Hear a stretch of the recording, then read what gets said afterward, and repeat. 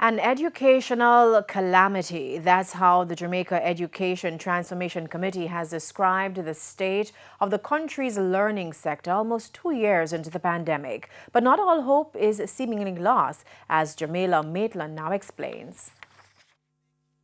Jamaica's education sector has undoubtedly suffered a beating by the pandemic, but it also received another dose by the Jamaica Education Transformation Committee following a 346-page document outlining the current state of the sector and how the country can save itself from spiraling if the necessary reform does not take place soon. Chairman Professor Orlando Patterson says an assessment of the early childhood shows it is grossly underfunded.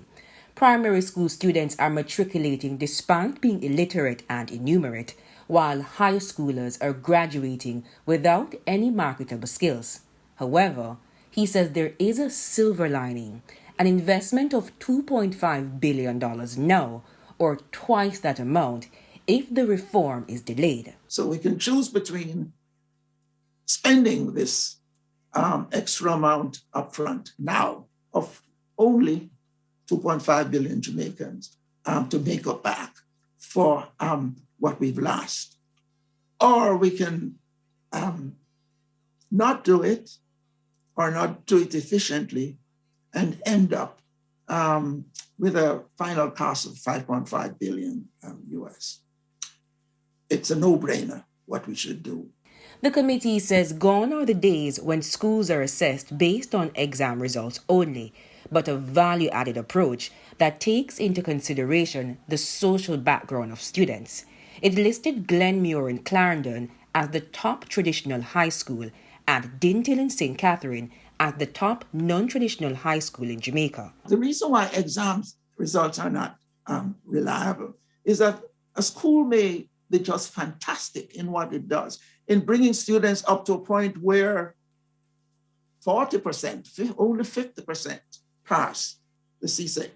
And looking only at the exam, you may say, what's that? This school is failing. Only 50% pass, 50% fail.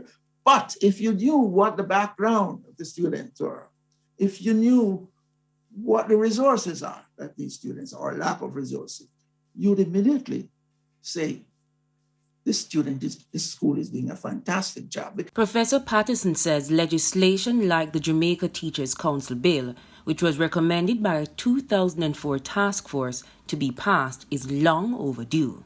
A code of conduct for teachers, a school improvement bill, among others. Education Minister Favour Williams says she too is disappointed about the passage of the laws. How do you explain a key recommendation coming out of the 2004 report some 18 years ago, that it would be significantly impactful to the education sector to extend the length of the schooling experience from 11 years to 13 years? How do you explain the resistance to this recommendation from some quarters for these additional educational opportunities for our young people who graduate at grade 11 with a few and sometimes no CSEC subjects? Prime Minister, I don't believe we're serious about educational reform.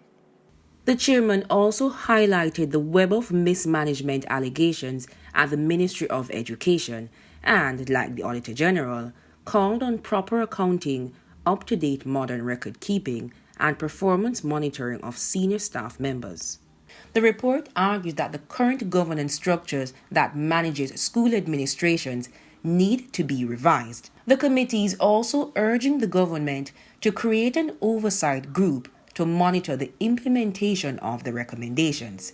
Jamila Maitland, TVJ News. Meanwhile, Prime Minister Andrew Holness, while welcoming the report into transformation of the educational sector, says another reform is coming, this time with the tertiary sector, including the Hart NSDA Trust. As a follow-up to this report from the Commission, I have asked that Professor Patterson and his team lead a comprehensive review of the organization and output of the Jamaican education and technical and vocational training systems, including an institutional review of the Hart NSTA Trust. Prime Minister Andrew Holness says soon Jamaica's current education model will not be on par with the standards of global markets. The last assessment of the country's education sector was done in 2004, almost 20 years ago. And he says since then, there has been the fourth industrial revolution and now the pandemic, which is causing a shift in the global job market. The Prime Minister argues that the country's educational output must align with the global imperatives, fearing that Jamaica will get left behind like in the 1950s during the third industrial revolution. Jamaica must not stand by the wayside of history once more, watching the vehicles of opportunities pass us by. There is much work to be done to create the Jamaican with the highest level of socio-emotional intelligence, competencies, and skills that will enable us individually and as a people to accomplish great and complex tasks productively with a growth mindset while managing our emotions in social transaction. A whopping 85 million jobs will be displaced by technology by 2025, according to a recent study by the World Economic Forum. However, more jobs are expected to be created. Mr. Holness says Jamaica must be among the countries ready to adapt. It must be how we retrain and uplift and change the mindset to get the new skills to take advantage of the many more jobs that will be created. We cannot leave that up to chance.